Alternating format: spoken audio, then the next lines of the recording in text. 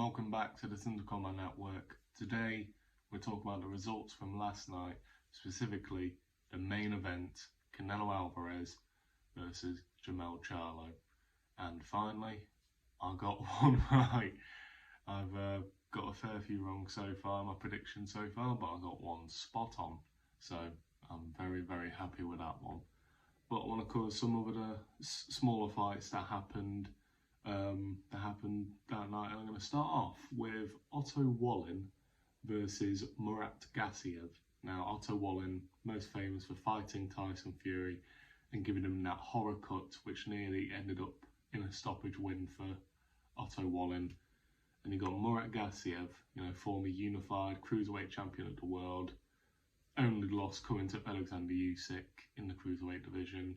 He's moved up to the heavyweight division now, but the move to heavyweight was meant to be a big, revival of his career. And since then, he's not fought any high-level opposition. And he finally gets one in Wallin, because I think he's a good heavyweight. And, doesn't step up to the mark, loses a split decision to him. Not the most humiliating loss in the world, but definitely it's a wake-up call. I don't think he's been nearly as active enough, and if he actually wants to make a statement at heavyweight, he's got to improve, or in my opinion what he should do is move back down to cruiserweight and try and win some belts there.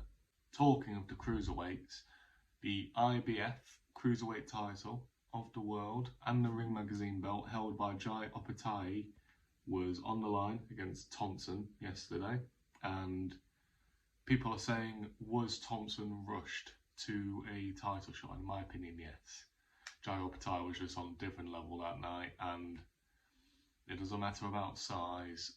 If you are the better boxer, you're going to win the boxing match.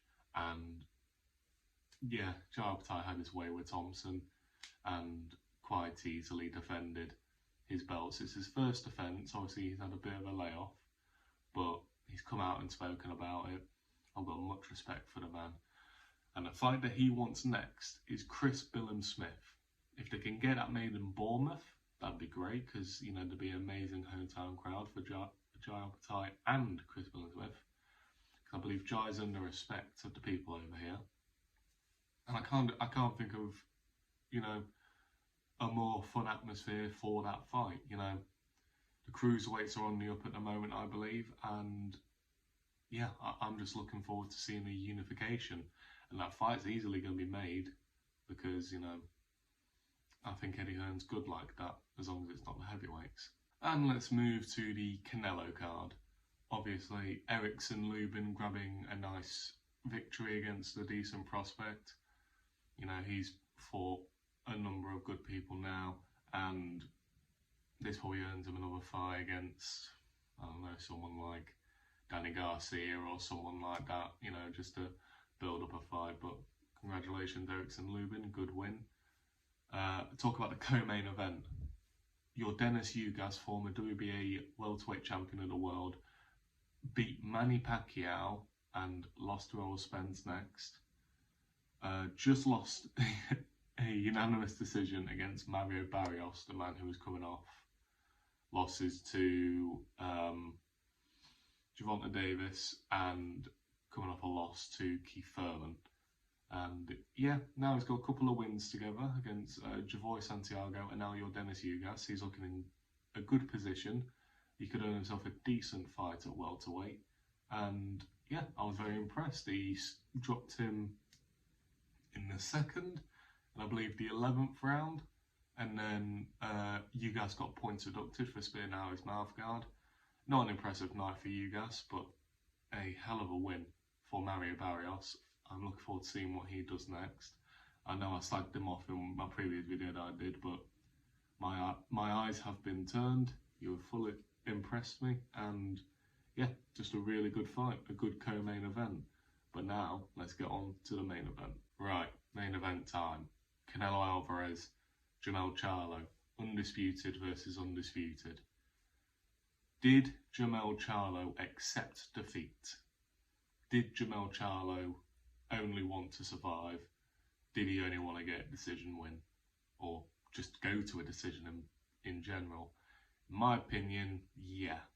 I believe he just went in there fully knowing that he wasn't going to win and just wanted to do his best to get to a decision.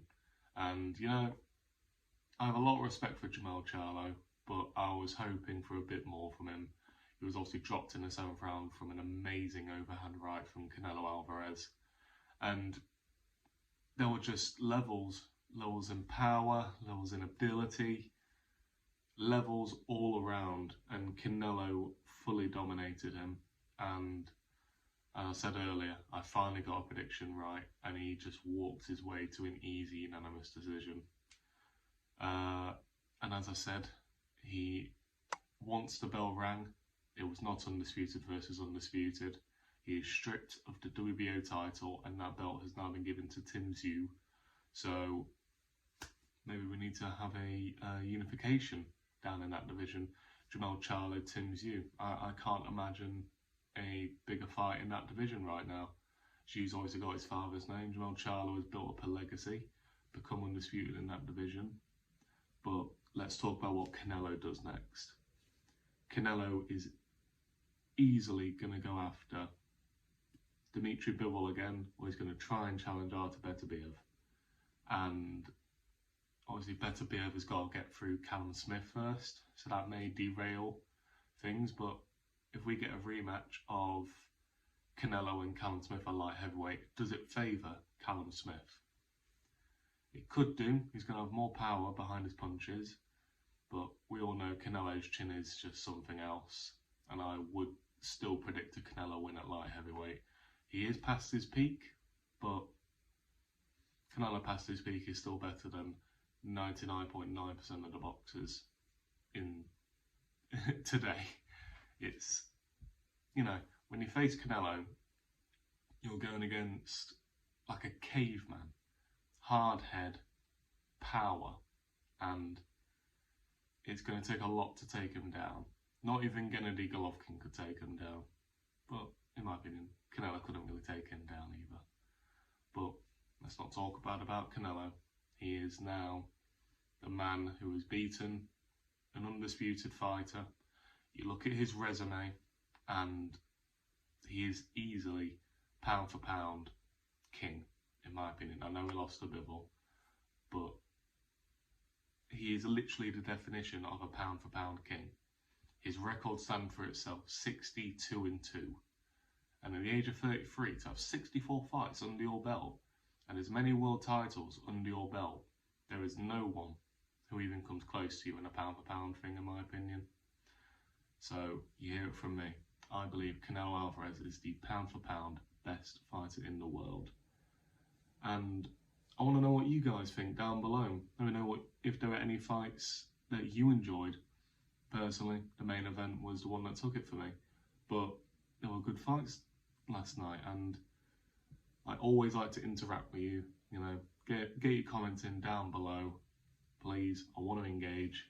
Thank you all very much for watching. Please like, subscribe, share, and don't forget to hit that notification button to make sure you never miss a video. And I'll see you all in a bit.